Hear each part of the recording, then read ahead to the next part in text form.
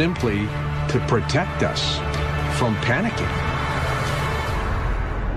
If there is evidence, allegedly the government would want to keep that secret, hide it in a warehouse out in the desert someplace. The key motives for keeping the UFO extraterrestrial issue secret falls into, I think, two broad categories. Number one, weaponry. They view any exotic technology as possible weapons, and therefore it's got to be kept secret. And number two, any advanced technology could shake up the monopolies that the ruling elite enjoy in this country, and so they've got to keep that secret.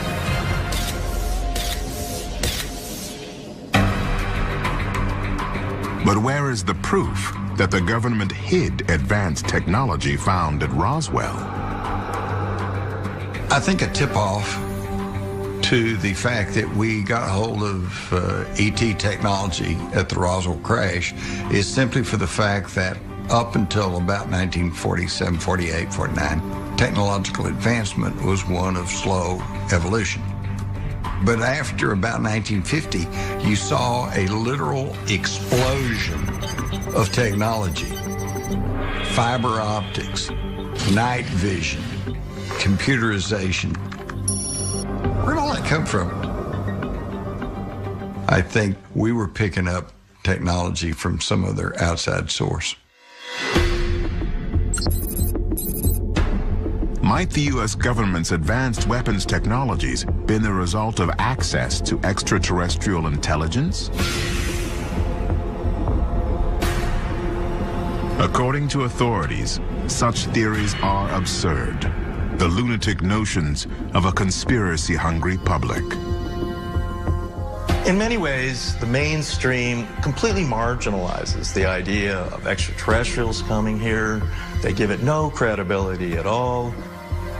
And yet, what is so strange about the idea that extraterrestrials should come here?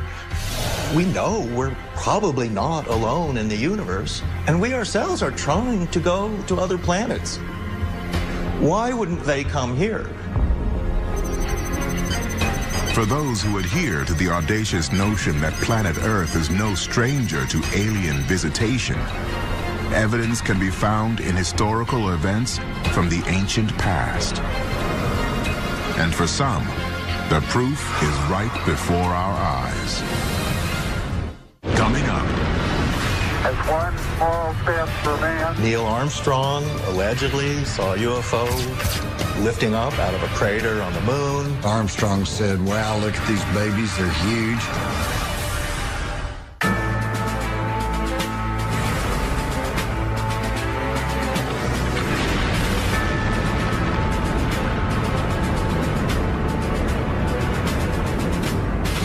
Contact light. Okay, engine stop. We copy, get down, Eagle. Tranquility Base here. The Eagle has landed. On July 20th, 1969, in what was arguably mankind's greatest technical achievement, Apollo 11 astronauts Neil Armstrong and Buzz Aldrin became the first humans in history to step foot on the moon. That's one small step for man. One giant leap for mankind. More than 125 million people watched the event live on their television screens. But then, for a period of 2 nail-biting minutes, the transmission suddenly went dead. The official reason was technical difficulties. But there are many who believe those 2 minutes were recorded, but censored, due to the strange things the astronauts were reporting back to NASA. Neil Armstrong and Buzz Aldrin actually saw things taking place on the dark side of the moon, and they were told they were not allowed to go there. And these were not Earth-based technologies. Neil Armstrong allegedly saw a UFO lifting up out of a crater on the moon. Armstrong said, wow, look at these babies, they're huge.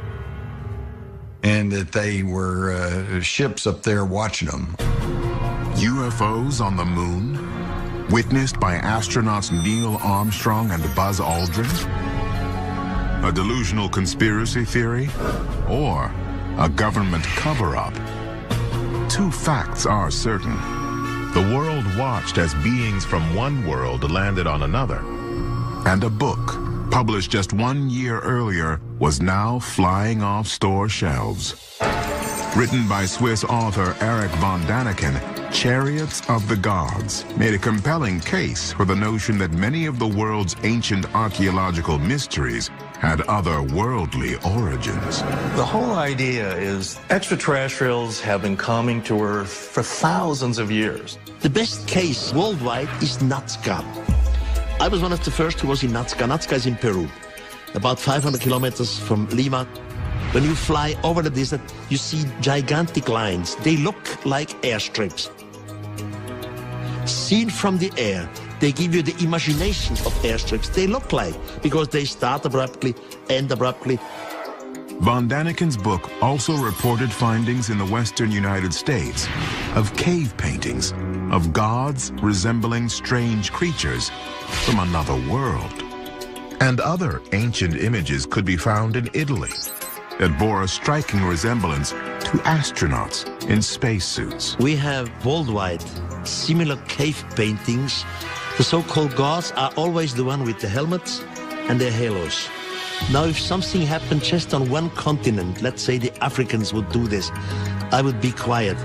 But I clearly can prove that these so-called gods with the helmets and the halos you find worldwide, thousands of years ago, where our forefathers had no connection to each other.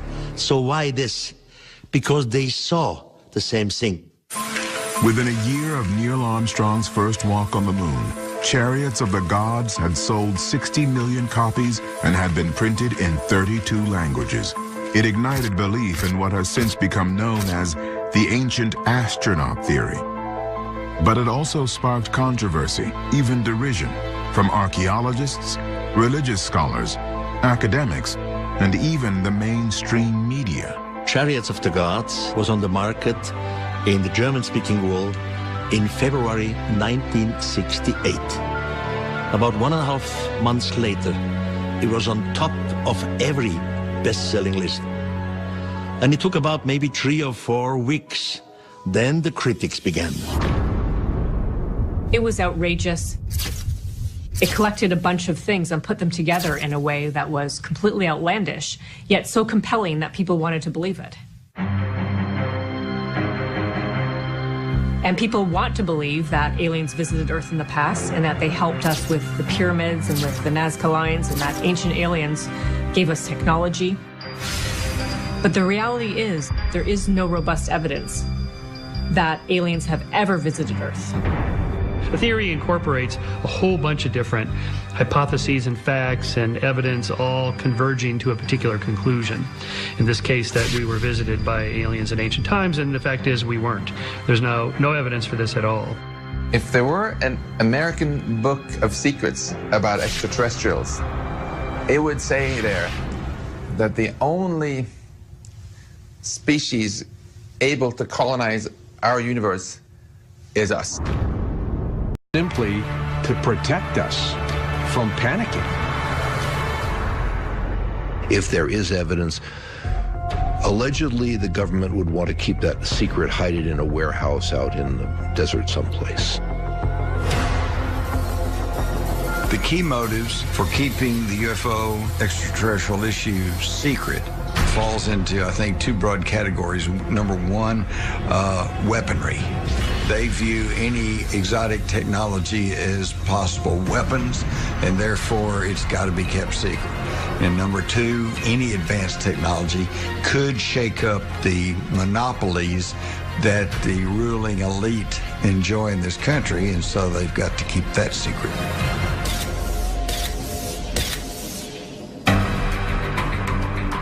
But where is the proof that the government hid advanced technology found at Roswell?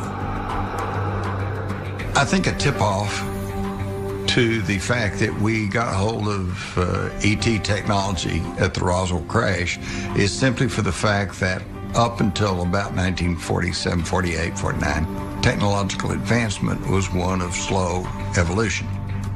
But after about 1950, you saw a literal explosion of technology.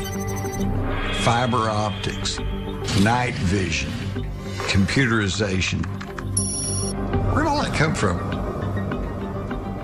I think we were picking up technology from some other outside source. Might the U.S. government's advanced weapons technologies been the result of access to extraterrestrial intelligence? That they come from some other place. What we're going to find is not only that we are not alone, but also that our entire history needs to be reanalyzed. Everything what we know about the past all of a sudden has to become inclusive of visitors from elsewhere. Coming up. The President of the United States cannot even get to this information. We spent some time looking at this, but there was nothing conclusive. There's that very high likelihood that the secret is here and we don't know about it.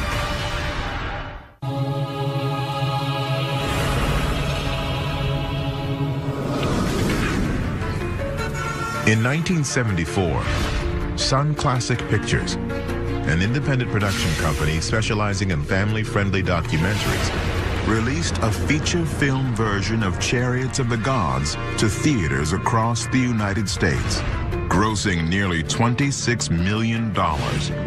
It helped fuel the flames of a growing interest in the ancient astronaut theory. When Chariots came out, I was in college, and I remember it was a big pop culture thing. I mean, it was a huge story, and I thought this would be fantastic if there was something to this. For the first time ever, the idea that extraterrestrials might have visited Earth in the remote past was being popularized. You have to understand that in the 70s, the country was in upheaval, people were unsatisfied with what was going on in politics and all this. Very reminiscent of what is happening today, by the way. The willingness on the part of the American public to embrace many of the film's audacious claims was due in no small part to a growing cynicism and anti-establishment attitude.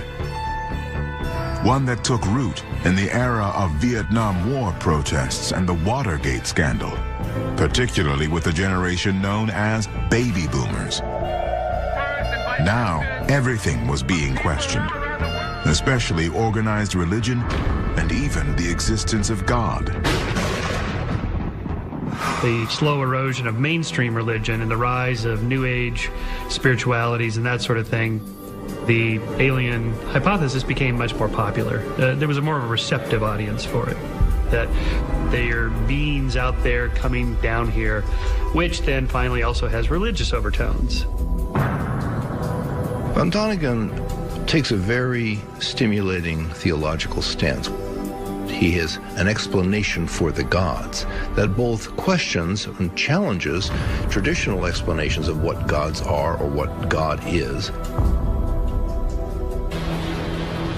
Chariots of the Gods was quite timely because we ourselves just became extraterrestrials on the moon.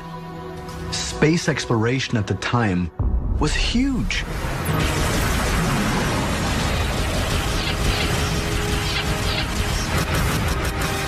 Even more evidence of the ancient astronaut theory's growing attractiveness could be found in popular culture. Primarily in films like Star Wars, which places its high-tech world of robots and lightsabers not in the far future, but a long time ago, in a galaxy far, far away. Similarly popular was Battlestar Galactica, a fantasy adventure television series which told the story of a doomed humanoid race in search of a home planet. Its use of Egyptian-style spacesuits and other ancient iconography seemed to validate von Däniken's notion that the people who built the pyramids may, in fact, have come to Earth from other worlds. The idea of there being extraterrestrials out there, this is called the plurality of worlds debate. It's been around since the ancient Greeks. So it's just a small extension to go from they're out there to they've come here. But there were those for whom the idea of extraterrestrial beings traveling to Earth and influencing its history represented not a far-fetched theory, but the lowest and most dangerous form of pseudoscience. They called ancient astronaut theory everything from racist and colonialist to downright nonsense. And these were members not only of the religious and scientific communities, but of the presumably more open-minded world of academia. When Chariots of the Gods came out, it created a revolution because people either loved it or hated it. Mostly the ones who hated it were the academics, because they somehow felt that this notion that we had been visited by extraterrestrial beings was simply impossible. Eric von Däniken had to be wrong. And what they were confronted with was the fact that these questions couldn't be answered by science. Science was basically saying that there was no validity whatsoever. Chariots of the Gods actually really did have an effect on me, because when I see what I call outright bad science, it really gets my hackles up. And when I listened and read about and saw different shows on these different hypotheses, it often ended up sort of screaming matches at the television screen about, that's the dumbest thing I ever heard. I don't think the Earth has ever been visited by any extraterrestrials. I find it striking how we humans have again and again underestimated the technological capabilities of ancient peoples. We tend to be a little bit arrogant and say, those loser Egyptians and Greeks, you know, what do they know? Is ancient astronaut theory really as anti-scientific or preposterous as its detractors believe it is? Or could there be another, perhaps more secret reason for the mainstream resistance to the idea that alien visitors have been coming to Earth for centuries? Having a new idea of religion, a new revelation of sorts, is going to challenge any established belief system and the institutions that support that belief system. That established economic interest would be concerned about the technology, the advances, that it could disrupt markets, could disrupt their own financial interests. But there is one branch of the government that is reportedly very open to the idea of extraterrestrials in our midst. The presidency. In his first days in office, President Bill Clinton is said to have asked two questions. Who really killed President Kennedy? And what is hidden at Area 51? If the United States Air Force did recover alien bodies, they didn't tell me about it either, and I want to know. The administration of President George H.W. Bush also made a secret investigation into the possibility of alien visitors on planet Earth. The alien situation is very interesting. We literally spent some time looking at this, but there was nothing conclusive that came of it. Nothing conclusive? Can it really be that the nation's highest office cannot confirm or deny that alien visitors on Earth do not exist? Or is it possible that the truth about UFOs and alien astronauts is being kept hidden, even from the president? I think most presidents have tried to find out what's going on, and I don't think they get through the door. I don't think they're told. But there's that very high likelihood that the secret is here, and we don't know about it. Various people in the Obama administration have expressed a deep interest in UFOs. But in all cases, what we hear is that somehow the UFO secret is not something which is to be shared to the president. So that means the President of the United States cannot even get to this information, which I think should raise the question in everyone's mind, well, who does get to this information? And who exactly are they to keep it from everyone, including the President? The relationship between the President of the United States and other worldly beings stretches back to the very founding of the country. From its earliest days, the U.S. government has been associated with signs, symbols, and allusions to cosmic contact. The founding fathers of America were very open-minded and forward-thinking people. Thomas Jefferson reported seeing a UFO. Benjamin Franklin wrote that he believed in life on other planets.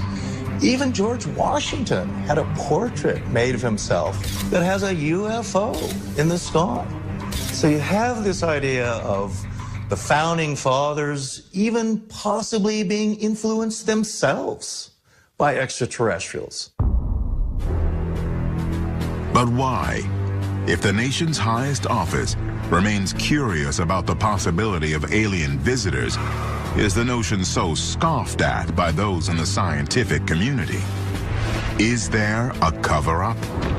Or do they think mankind is not yet ready to handle the truth? Perhaps the answer lies in the Book of Secrets. Coming up. Suddenly, the Vatican is saying, yes, there's other life on other planets. We're going to be looking for it too. What's at stake for organized religion? Power and control.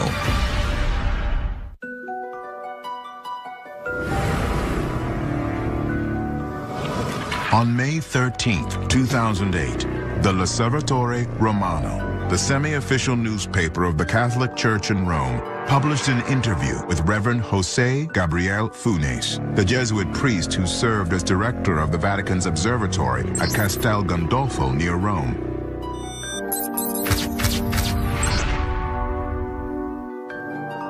Bearing the headline, "The Extraterrestrial is My Brother," Funes made a remarkable and audacious admission that there is no conflict between believing in God and the possibility of intelligent life on other planets.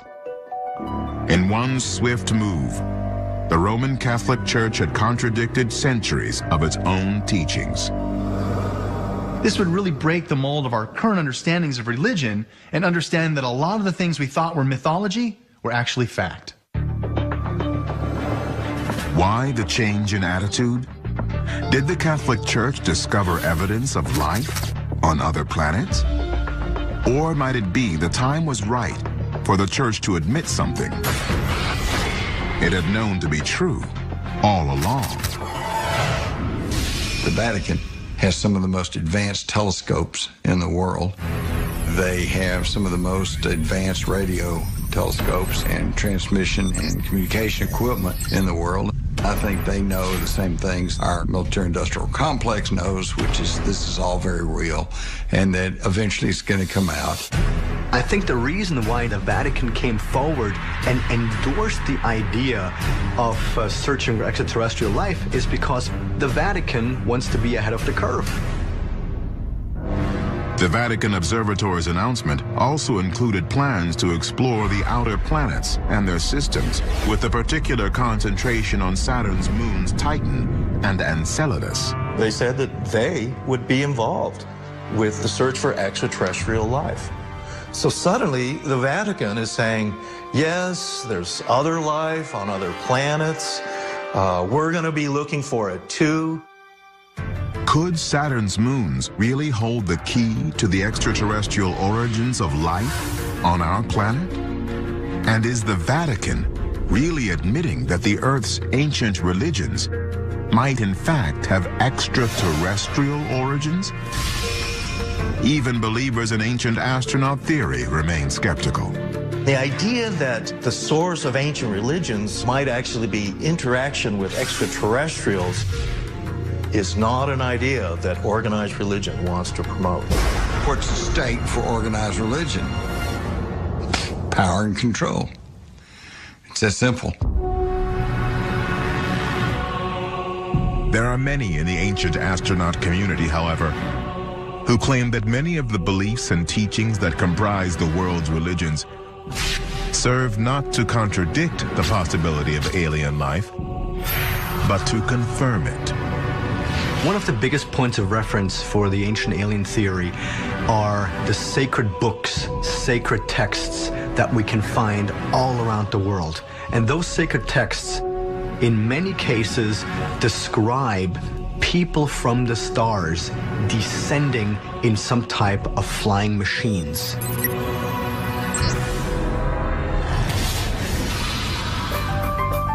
The Vatican's bold admission that the possibility of intelligent life in the universe seemed to validate what scientists and cosmologists like Stephen Hawking had believed for centuries.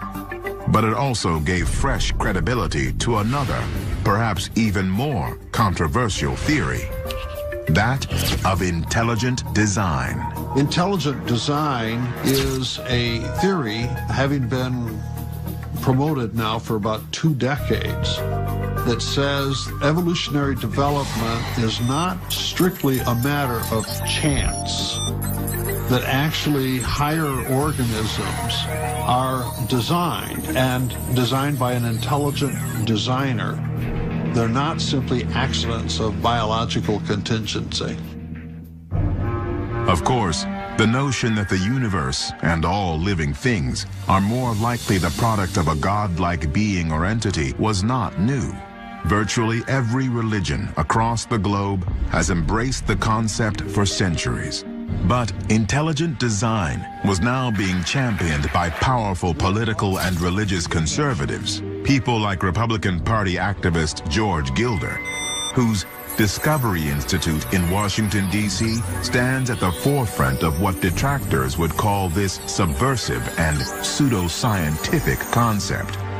It was seen by the mainstream as an attack on the theory of evolution, and therefore threatened the integrity of modern scientific thought. Those disciples of Charles Darwin who advanced evolutionary theory, and today we call it the neo-Darwinian synthesis because genetics explains variation. It's important to note these are chance events that lead to the development of new species.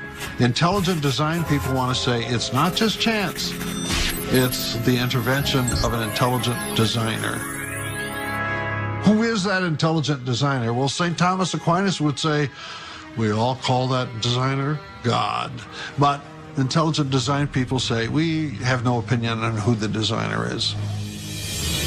Do proponents of intelligent design really have a secret agenda to undermine conventional science by promoting the belief in an almighty creator?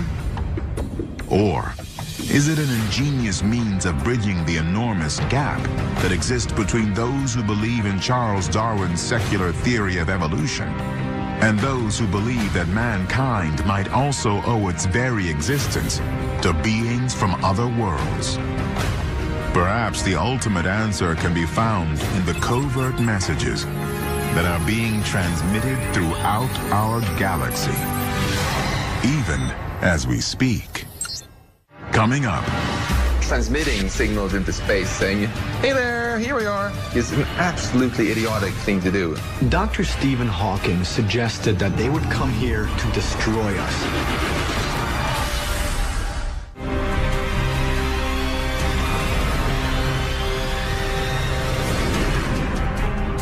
"290 miles north of San Francisco is an open field that many scientists believe could hold the key to contact with extraterrestrial intelligence. At the Allen Telescopic Array, radio receivers and giant transmitters are part of a global scientific network called SETI. I think that the goal of the SETI program, the search for extraterrestrial intelligence, is extremely important. We look at our universe and we just have to know, are we alone? Or is there anybody else out there? Among SETI's favorite cosmic targets are areas called Goldilocks zones. The Goldilocks zone is a zone around a star where the temperatures are not too hot, not too cold, but just right for liquid water to exist. All life on Earth requires liquid water. So we believe that the best way to search for other planets with life is to search for planets that have liquid water. And just as technology has begun to see planets that may be able to have life, that type of planet appears to be everywhere. So the million-dollar question is if we can find an otherwise decent planet around a star in its Goldilocks zone, because that's where we have the greatest chance of finding extraterrestrials. Could there really be an abundance of livable planets in the universe? And might SETI really detect intelligent life on one of them? But how? There's two senses in which you could detect intelligent extraterrestrial life. One is in just the noise that they generate.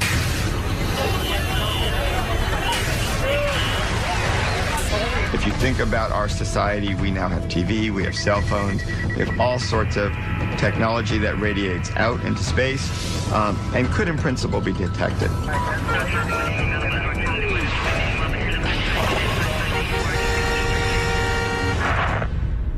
The other is we have changes in our atmosphere that we've generated by being on the planet and doing stuff that in principle could be detected. It is very much like looking for a needle in a haystack because we're using radio astronomy. We're analyzing radio waves in an effort to try and find out whether amongst the millions of signals which we get on a daily, if not hourly basis from space, whether somehow in there is an alien communication. Could the very existence of SETI, along with NASA's mission to Mars and other planets, be proof of the U.S. government's secret belief in the ancient astronaut theory?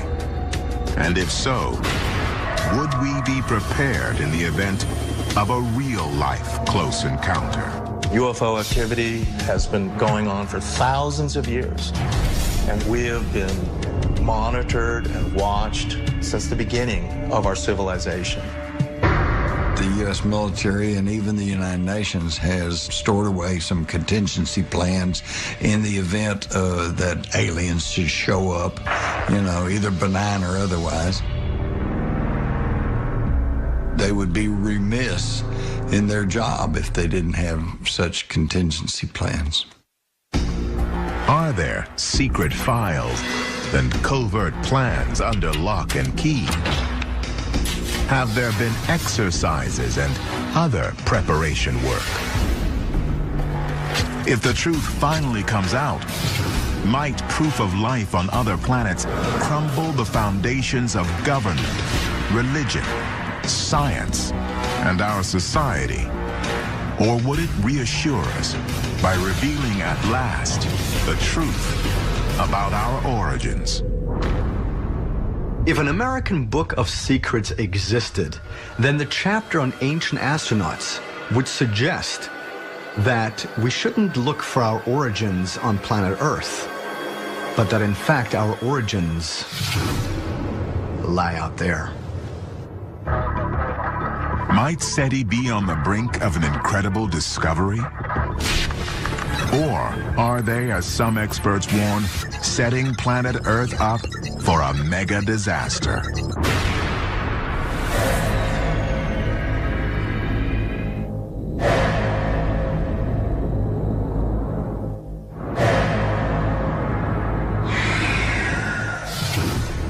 Transmitting signals into space saying, "Hey there, here we are," is an absolutely idiotic thing to do. I mean, seriously, you don't stream in the jungle. If you were a pig living on an island of pigs, very happily doing all your pigly stuff, would you like for the human neighbors on the island next to you to know that you're there? Don't think so. We humans are newbies on this stage. We don't know who's out there. If they were hostile and wanted to end the experiment we call humanity here, they could do so, because they would have the technology to do so. If this universe is made up of the same primordial soup, then you have to assume that not every being in this universe is enlightened and nice.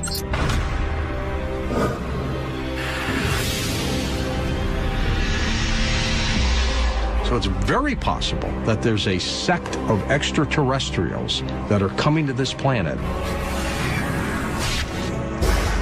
and they're doing some very strangely evil things.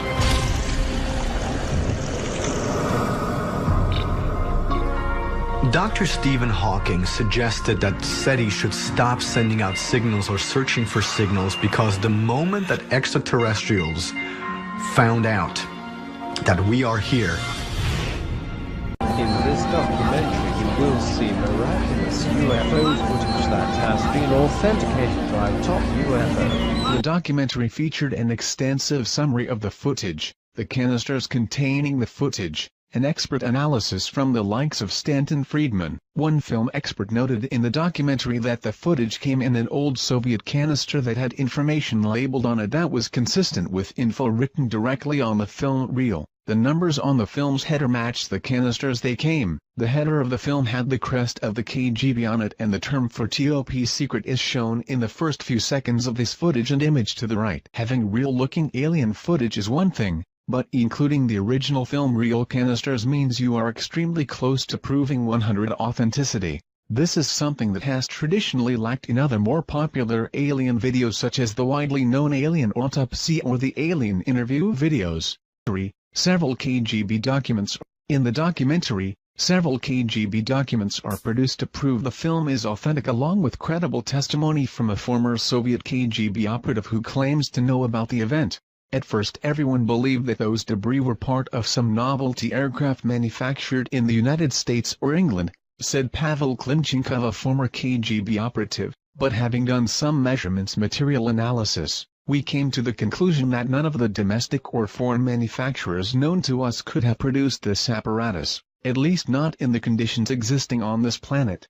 Along with Pavel's testimony, authentic KGB top-secret documents were obtained by the filmmakers, allegedly costing them $10,000. The documents described in detail a crash site recovery operation of a disc-shaped object and organic remains. Based on the credible testimony, KGB documents, expert film analysis and the general good feeling one gets when watching this interesting crash site video, it is safe to assume that this film indeed may be authentic. What about the autopsy? This footage will be posted in our second part article along with thoughts and analysis, actors, training exercises, skepticism. Some have put forth the argument that an American production crew filmed the footage in March 1998. These claims are put forth on websites claiming to know the truth about this footage. To date they have failed to show even one current photo of any of the soldiers in the film, nor any statements from the actors that they were indeed only actors in this film. This should be easy to obtain if the footage was recently filmed.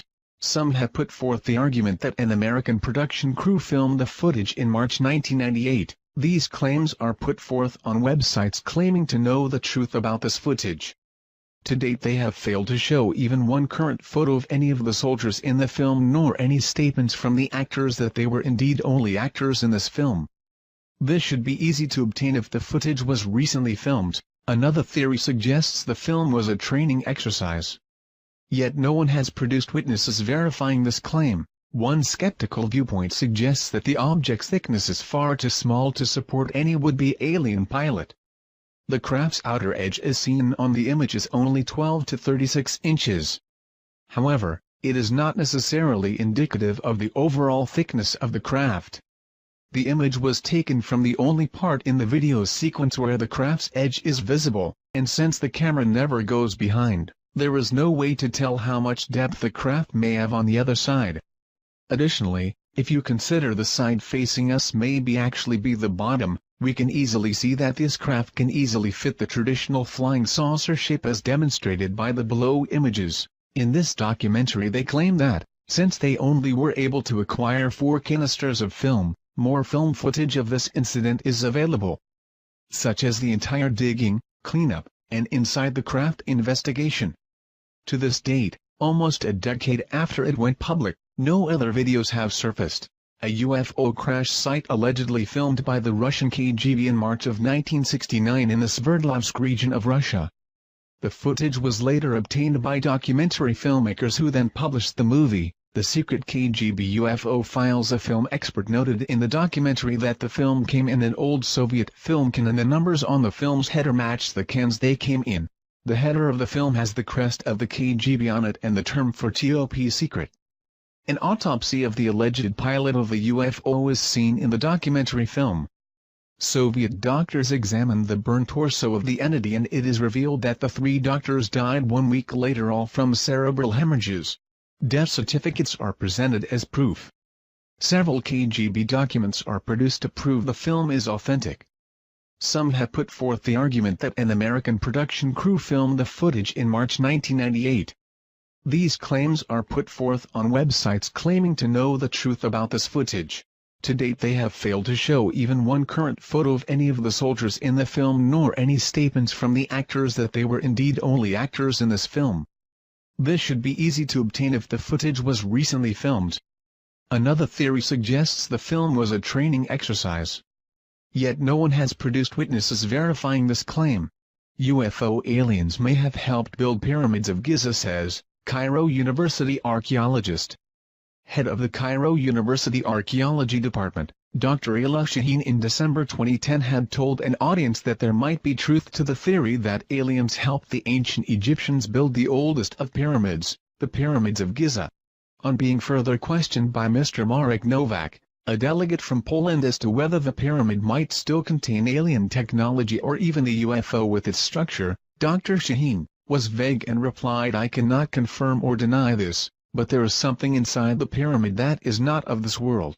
Delegates to the conference on ancient Egyptian architecture were left shocked. However, Dr. Shaheen had refused to comment further or elaborate on his UFO and alien-related statements. Down below is 90's The Secret KGB UFO Files documentary, that deals with the fact that Russian had already discovered the tomb of alien humanoid in Egypt and something is beneath the pyramid. The Secret KGB UFO Files documentary interestingly supporting the head of the Cairo University Archaeology Department, Dr. Ayla Shaheen, claim as well. Actually, ancient Egyptian writings very often talk of beings from the sky opening and bright lights coming down to teach them technology and give them wisdom. Many pictures and symbols resemble UFOs and aliens. Possibly aliens built the Great Pyramid. And these solid long-lasting construction techniques were adopted by the Egyptians.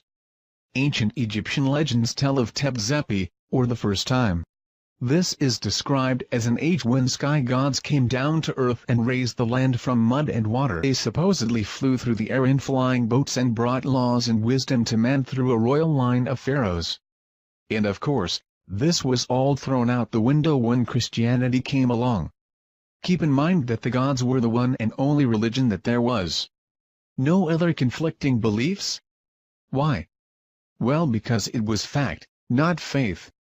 The modern church would have you believe it's just a myth. But you have to ask yourself, on the edge of Occam razor, what truly indeed is more likely? There has always been the question. How did the Egyptians feed and care for the 100,000 slaves that it would have taken to build the ancient structures like that of the pyramids in Egypt? 1 minute it is a very backwards country and almost overnight a highly advanced and technological culture sprung into existence. We now have the answer to that very question and evidence that the Egyptians had extraterrestrial help at that, thanks to Russia, the KGB, and a top-secret project called Project ISIS. Astrophysicist, neurologist and science advisor in Advanced Propulsion System gained access to the files of Project ISIS. This was a top-secret project brought about by KGB concerning the discovery of the tomb of the visitor in 1961. Up until Sci-Fi purchased this exclusive footage from an agent of the Russian mafia, it had never been seen outside the top-secret facilities of the KGB. Sci-Fi showed it one time on television, and as it stands today, no evidence of this film or the project is available. Except what we have copies of here given to us by a client that had taped the original show. This video is a powerful documentary with actual footage filmed by the KGB and verified by specialists in the field. Authentic film footage. If we can somehow bring attention back on Project ISIS and prove it out, it will change the history of the beginning of the civilization of man. During the Cold War, Nikita Khrushchev was determined to show the world that communism was superior over the democracy.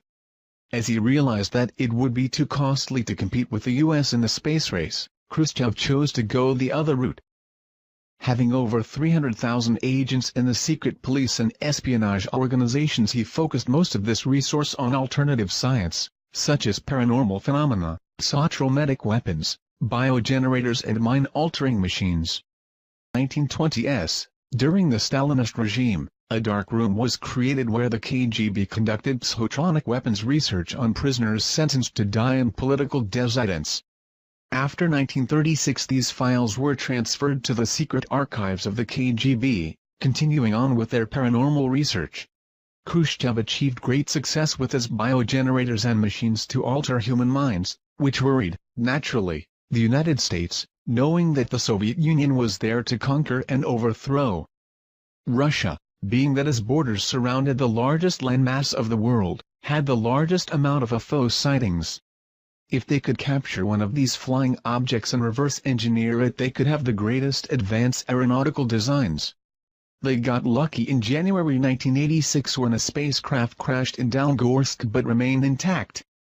The craft was back-engineered and the process was quite successful.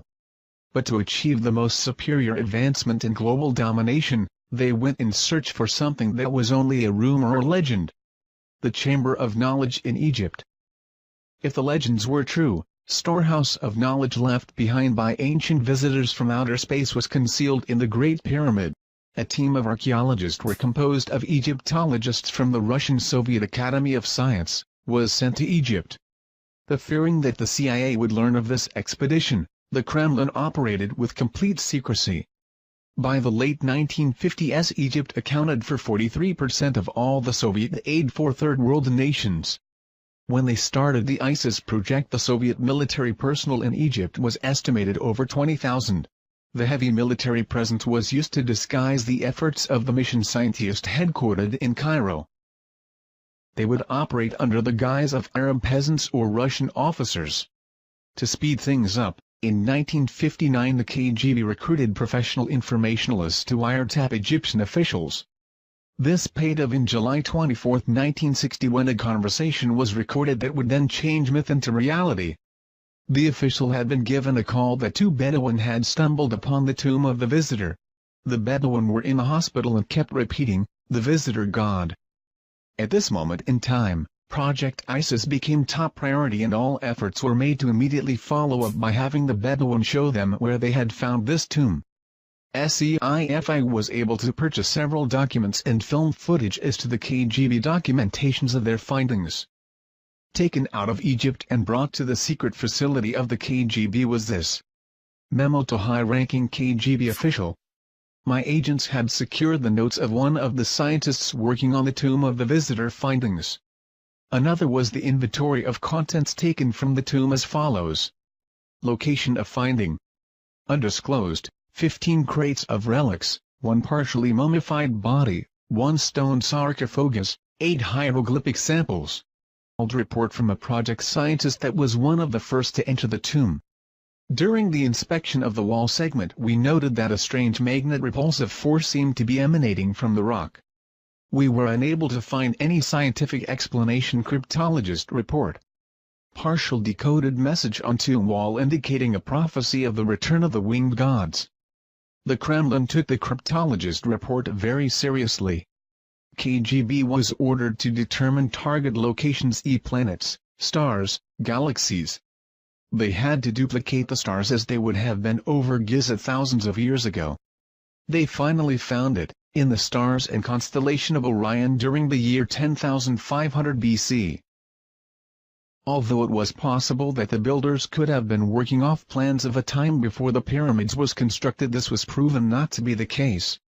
Metal and synthetic materials of tomb were determined to be of unknown origin, and the tomb was carbon dated, giving it a dating of 10,500 BC, meaning the pyramid had to have been made at 10,500 BC. Cans of film were purchased by SEIFI through the Russian mafia agent, which originally came from the maximum security archives of the KGB.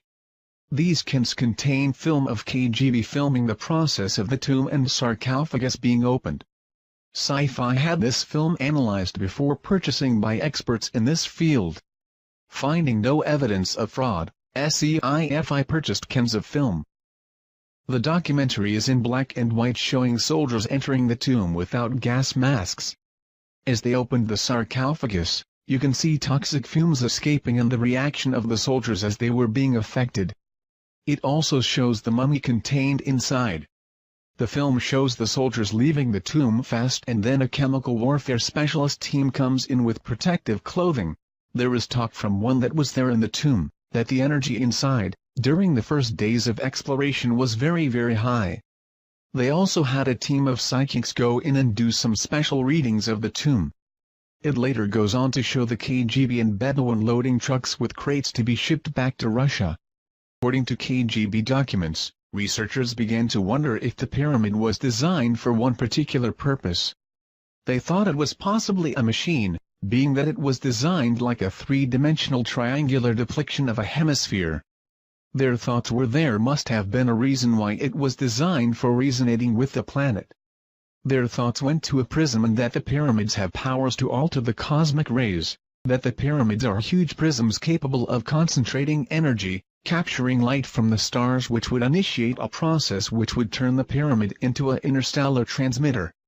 The three pyramids and SPHNIX could be integral parts of an immense machine designed by alien engineers linked by a master control mechanism inside the Great Pyramids. They noted that the passageway goes to main chamber, and above the sarcophagus was a tunnelless star shaft.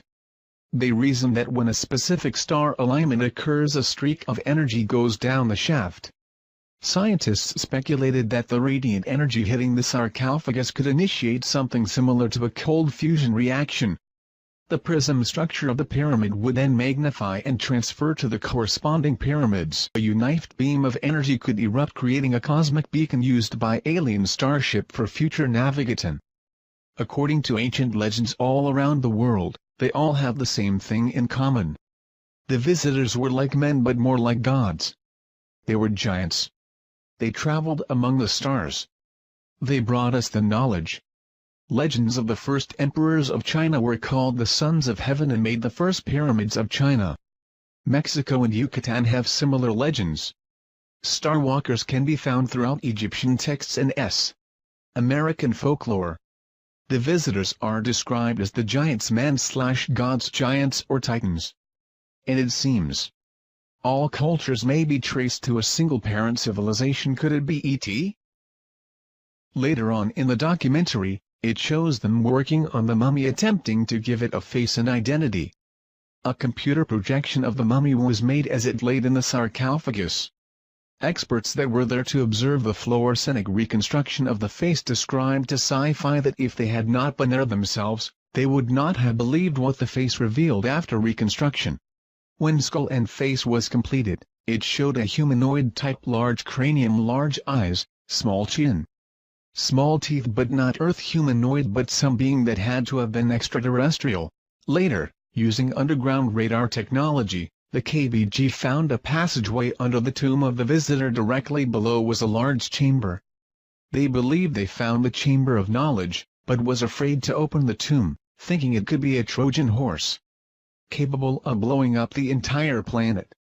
They decided to seal the tomb, wipe away the location of the tomb, and close the project. It seemed, however, that all were affected by the discovery. Some had personality changes. Some disappeared entirely, others committed suicide, and others no longer could support their old religious beliefs. The first official report of sightings, that we are aware of, was by King Tutkremeni about 3,400 years ago. Sightings continued through the ages. Sightings seemed to pick up with man mastered the skies. But when we conquered the inner workings of the atom, the aliens of Orion stepped up their observation with an explosion of UFO sightings that continue up to the present. UFO abduction reports began to sweep around the world in the early 60s. A pattern was developing with nearly all abductees reporting physical examinations, insertion of objects and artificial inseminations. Many women abductees believed they were being impregnated to give birth to alien hybrids. In the last decade, reports such as these have risen dramatically. It may be highly likely that the genetic colonization program that started back in the ancient times has resumed.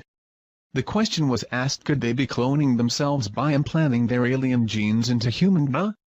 Are humans being transformed into an alien species through genetic engineering? The ancient Egyptians have always said that our DNA came from the heavens and that someday they would return. Did the KGB discover the truth in the chamber of knowledge about the true agenda of the Yet? And what was discovered on the wall of the tomb of the visitor prophesies that they would return. But when? Secrets cannot be contained. Not even KGB secrets. A group of scientists, computer programs, doctors, etc. shortly after the discovery of the tomb of the visitor, came together to discuss the possibilities of this discovery. They fully believed that the visitor was none other than Osiris, the alien king. Thus they gave themselves the name, the Followers, based off the followers of Horus in the Egyptian Book of the Dead. According to Egyptian beliefs, a family of gods came from the stars to Egypt. They were the ones that gave the people of Egypt the knowledge and wisdom. Later they left Earth back to their star homes, except for Osiris. He stayed and taught the followers. It was their duty to protect and keep the ancient knowledge he gave them until his return. The Egyptians were astronomers and fully understood that the stars were the map to the great god Osiris and the afterlife. And followers would secretly come together in their homes to discuss the possibility of the return of Osiris. They believed that the second coming of Osiris would herald a new age for mankind. They believed that when the tomb was discovered and the seal was broken, a signal was transmitted to the visitors. They calculated and estimated the time it would take for the electromagnetic signal to reach the constellation of Orion. They figured that they could return no earlier than April 23, 1985. With that time frame in mind, the group left Russia and took off to Egypt, never to return. The only remains left behind of their meeting with the visitors was a newspaper clippage found in the KGB archives of a group of tourists disappearing in the middle of the night in Egypt, 1985. And one home movie project with film. This film showed the group in front of the pyramid at night.